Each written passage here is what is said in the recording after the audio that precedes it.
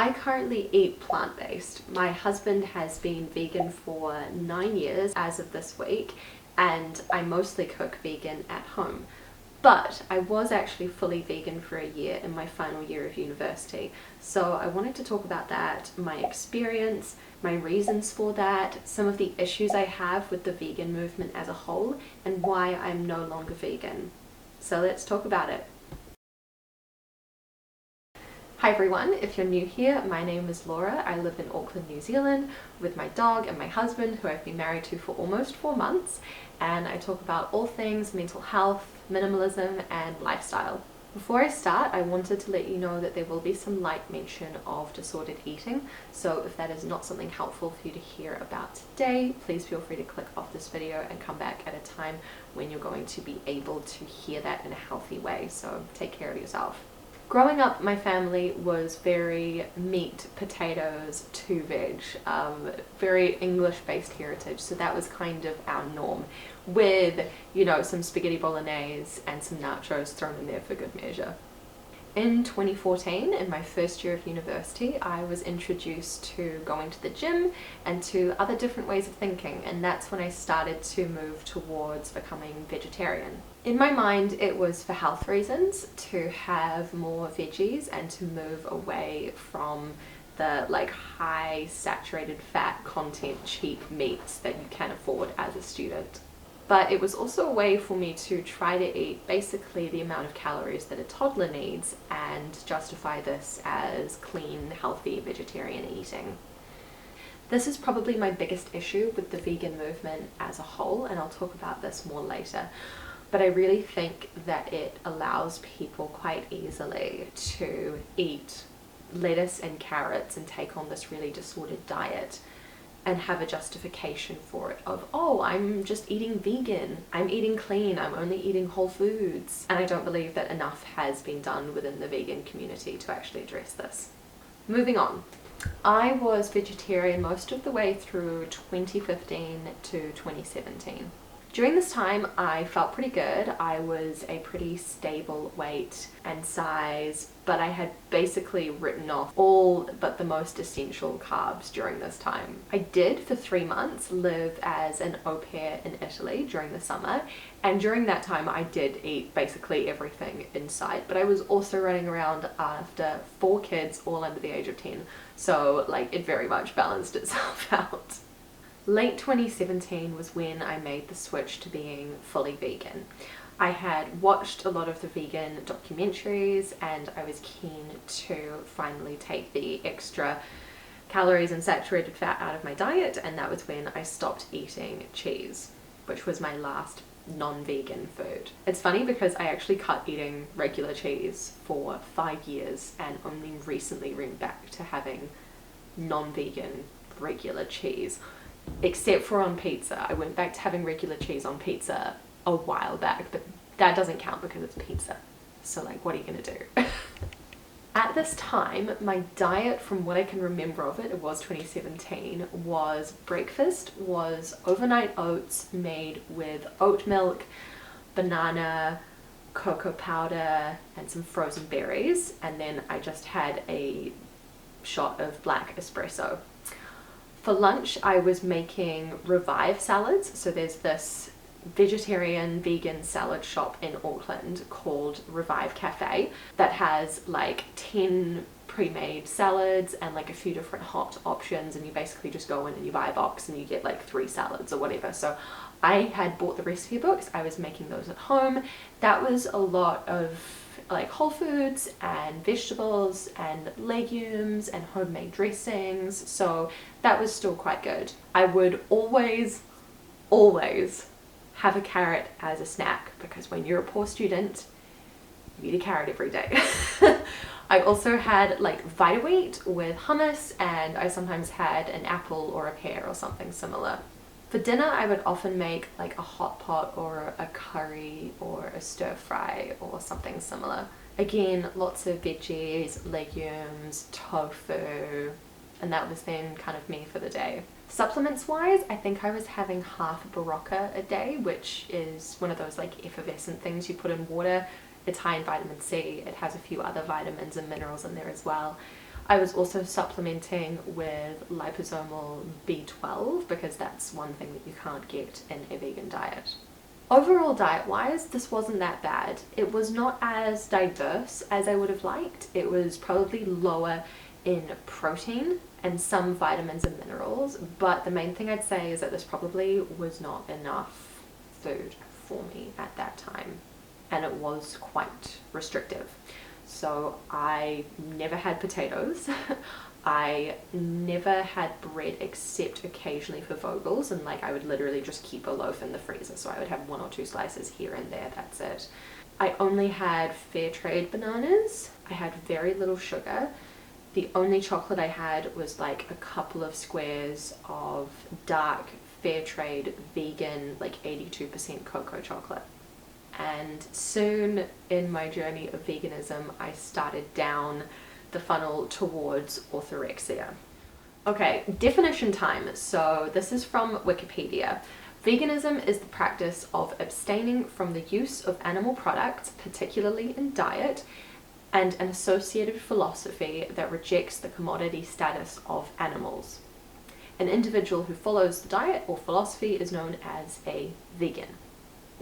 So in layman's terms there, it's basically that you are not consuming animals or animal products, and the ideology there is that you are not turning animals into a commodity. They are a living thing and they should be respected. Cool.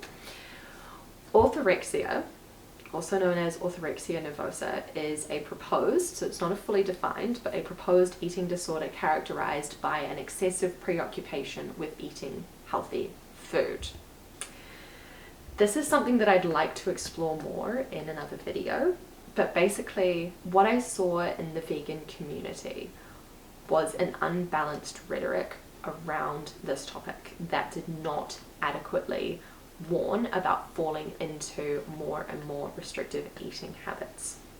Part of this, I believe, comes from the ideology that if you don't wear animals and you don't eat animals, then you're perfect. And there's nothing in there about balance. The truth is, nothing in life is ever all or nothing. There will always be balance. There will always be nuance. And I felt very little promotion of balance or nuance from the vegan community, as well as almost this promotion of suffering personally so that the animals don't suffer, which is not morally good or bad, but it can quickly promote an unhealthy relationship with food. So for me, what started with vegan and buying into veganism then became don't have almond milk, because almonds, which are mostly grown in California, are contributing to drought and to mass death of bees. Okay, no almond milk. Cool. That makes sense. That's fine. Next, it became no having products that contain any form of palm oil, because orangutans and their habitat are being destroyed in order to produce palm oil. That has less evidence. Yes, it's true in some cases, in other cases it's definitely not. That's actually really difficult to do as well, but alright, I can see why the vegan community is saying that. Cool. Then it became no oils at all, because I don't even know why.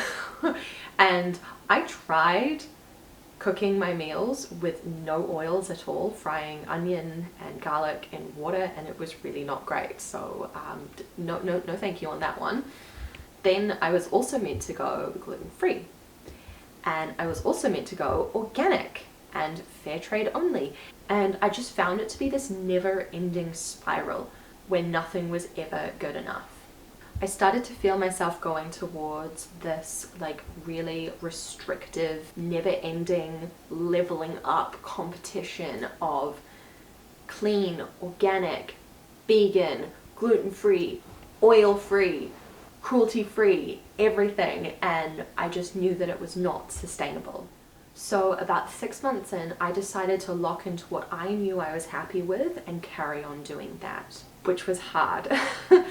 But I think it was an important first step to me to not accept that invitation to just try and take it further and further and further, and instead to decide and commit to what I knew was right for me, and not just allowing myself to spiral into this unhealthy level of control and obsession over my food. Once we hit winter 2018, I was finishing my honours thesis, which was actually on sustainable food production in New Zealand, funnily enough. And I was allowed to use the postgraduate facilities at university, which included having access to free tea and coffee making facilities.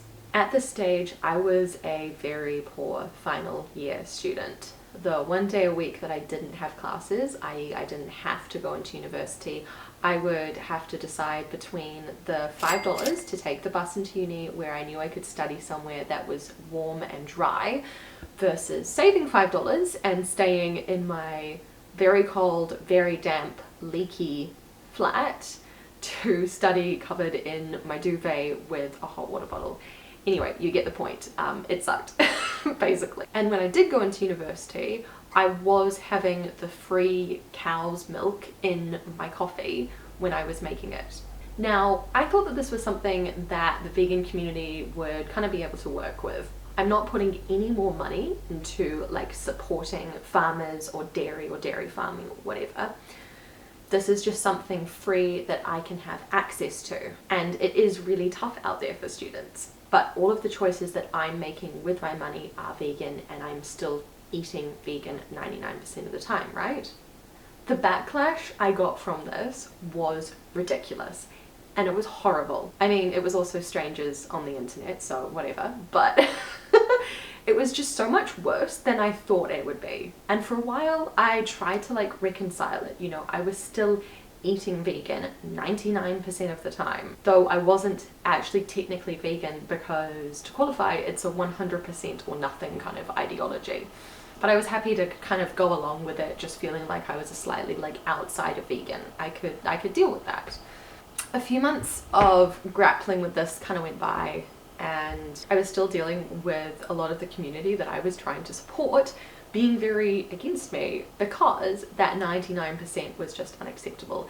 And then I had my final straw moment. I mentioned this having milk thing online in response to someone who was saying about how they'd taken in ex-battery farming hens and they were collecting the eggs and giving them to friends and family, which I thought was a really cool, balanced, realistic thing. So I said about how I was having free milk but not choosing to support it in any other way, and most of the vegan internet thought that myself and this other person were just horrific. Go figure. Someone replied to me directly, and I remember the wording of this to this day, because what they said was that you don't get to take a day off being ethical to go SA cows. So at that point I was being called an assaulter because as a poor student I had free milk in my coffee. And at that point I decided I was done. I was out. I was no longer buying into this movement, because guess what? I was doing 99% of the same things they were doing, and I was being told I was a terrible person. I was done actively telling people around me that I was vegan because I was just very, very over the rhetoric that I was getting from the vegan community. It's also worth saying that based on the research that I was doing at the time for my thesis, there can be massive environmental benefits from simply switching the type of meat that you are eating, or by reducing it by fractions. You don't actually have to cut out all meat and all animal products fully in order to have an impact. It's just not true. And I was done supporting a movement that is so incredibly black and white, because that's just not how the world works. The day I was done with this, I splurged and I went and bought myself my favorite thing, which is fresh, sustainably farmed New Zealand salmon. And it was awesome. Soon after that, I met my now husband, and he really appreciated that I ate mostly vegan, but I'd spent time and energy figuring out what worked for me, what I thought, what I believed, and that I was doing what made sense for me. Health-wise, I also feel better and generally do better having a small amount of animal-based products. And that's basically how I've been eating ever since. Veganism is a great tool to reduce intake of foods that aren't good in large quantities, like processed meats, highly calorific foods, foods that have a massive impact on the environment, and to increase foods that are good in large quantities, like fresh fruits and vegetables, less processed foods, and a variety of plant fibers, herbs, and spices. Veganism, however, is not a silver bullet that's going to solve all our problems in terms of health, weight, energy, the environment, animal welfare, human welfare, etc. And the community as a whole has an issue with not directly addressing the disordered eating that can come from these all or nothing statements that are a central part of the movement. What I do, and what I would recommend anyone out there to do, is to just do what works best for you. And if you're finding that the foods you're eating don't leave you feeling great, see where small additions of less processed, more vegan type foods could help you. If you're having bacon and eggs every morning and you want to switch to something that is less processed and less calorie dense, maybe try having baked beans and eggs, because it's still high in protein but is less processed and is going to have more plant fibers in it. If you're always craving soda, soft drink, pop, whatever you call it, try having flavored sparkling water, which is less processed and has less calories. If you're feeling stuck having mince every day, which I know is a very kind of Kiwi and Australian problem, then maybe try making like a vegetarian nachos recipe which has beans and veggies instead of mince. The main thing is that all of this takes time and balance. Let me know your thoughts down below.